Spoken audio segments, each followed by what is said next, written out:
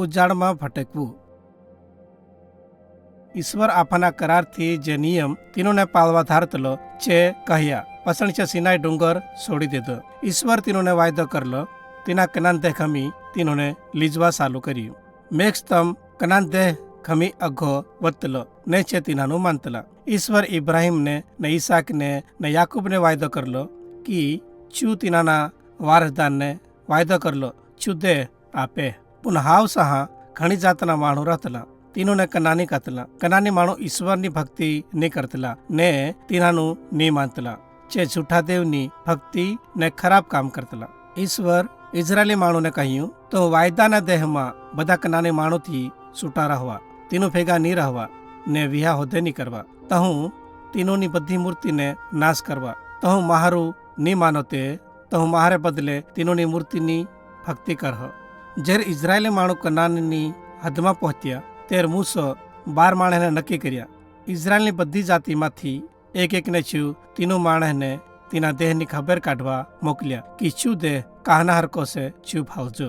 તીનોને કનાની માણોની હોદે ખબર કાઢવા કહ્યું કે છે તાકતવાળા છે કે નબળા છે.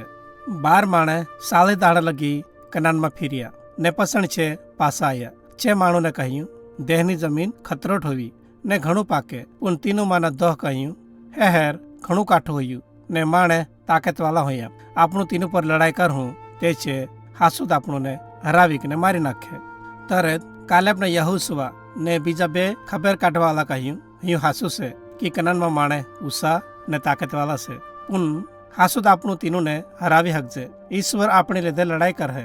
પણ માણું કાલેબનું ને યહોશુઆનું નહીં સાંભળ્યું. જે મૂસા પર ને હારૂન પર રહેવાઈ જા ને કહ્યું તું હમુને ehલી ખરાબ જગામાં કહા લાયો. હમુ यहाँ લડાઈમાં મરવા કરતે હમેર બૈરા ને પોર્યા વેઠ્યા બણીક મિસરમાં રહેવા વારું હતું.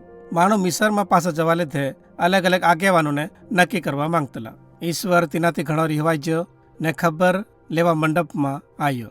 ઈશ્વર તીનોને કહ્યું કહા કે તહું મારી વિરુદ્ધ લવલવ કર્યું તેને તો હું બધા ઉજાડમાં ભટેકો. કાલેબ ને યહોશુઆને સોડીકને બધા જ 20 વર્ષની તે તીનાથી મોટું હે ચુમર હે ને કોઈ દાહડે વાયદાના દેહમાં નહીં જાય. માણો હિં સાંભળી તેર પોતાના કરેલા પાપથી દુઃખી હોયા. જે પોતાના હથિયારો લીધા કનાન દેહના માણો પર હુમલો કર્યો. મૂસો તીનોને નહીં જવા કહ્યું કહા કે ઈશ્વર તીનો ભેગો નહીં હોતો. ઊંચે તીનાનું નહીં સાંભળ્યું. ઈશ્વર તીનું ભેગો એની લડાઈમાં નહીં જ્યો ને છે હારી જ્યા ને તીનો માના ઘણા માણો મરી જ્યા. ઇઝરાયેલી માણો કનાનથી પાછા વળી જ્યા ને 40 વર્ષ લગી ઉજાડમાં ભટક્યા. અહીંયા 40 વર્ષ ઇઝરાયેલી માણો ઉજાડમાં ભટક્યા ત્યારે ઈશ્વર તીનોને પોહ્યા. છું તીનોને હરેક માથો રોટો જીનાને માનના કહેવાય છું આપ્યું. છું લાવડીના ટોળા મોકલ્યા ને તીનોના તંબુની વશમાં લાયો કે છે માં ખાય હકે. એના ટાઈમમાં ઈશ્વર તીનોના સાખલા ને સાટલિયા ઘસાવા નહીં દીધા. ઈશ્વર તીનોને ચમત્કાર કરીને સપોર્ણામાં તો પાણી આપ્યું. પણ અહીં બધું તે હોદે ઇઝરાયેલના માણું ઈશ્વરને મૂસા વિરુદ્ધ લવલવ કર્યું. તે હોદે ઈશ્વર ઇબ્રાહિમ ને ઈસાક ને યાકૂબ ને પોતાના વાયદા લેથે ભરાવાલો રહ્યો.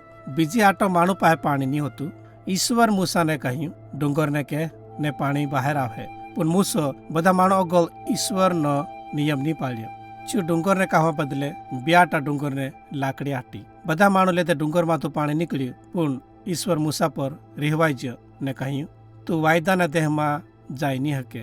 40 વર્ષ લગી ઇઝરાયેલ માણું ઉજાડમાં ભટક્યા. પસણ જે ઈશ્વર વિરુદ્ધ લવલવ કર્યું છે બધા મરી ગયા. પસણ ઈશ્વર તીનોને વાયદાના દેહની હિમ પર લીજ્યો. મૂસો હાય ઘણો ડાહ હોય ગયો. તેને ઈશ્વર યહોશુઆને માણોને દોરવા ને મદદ કરવા નક્કી કર્યો. ઈશ્વર મૂસાને વાયદા કરલો કે એક દાહડે છું મૂસા જેલો પ્રબોધક મોકેલ હે. તેર ઈશ્વર મૂસાને કહ્યું તું ડુંગરની ચોટલી પર ચડી જા કે તું વાયદાના દેહ ભાળી હકી. મૂસો વાયદાના દેહ ભાળ્યો પણ તીનાને તીનામાં નહીં જાય હકાય ને મૂસો મરી ગયો. ને ઇઝરાયેલી માણું 30 દાહડા લગી હોહ કર્યો ને યહોશુઆ તીનોનો નવલો આગેવાન બન્યો. યહોશુઆ વારો આગેવાન હતો કહા કે છું ઈશ્વરનું કહેલું માનતલો.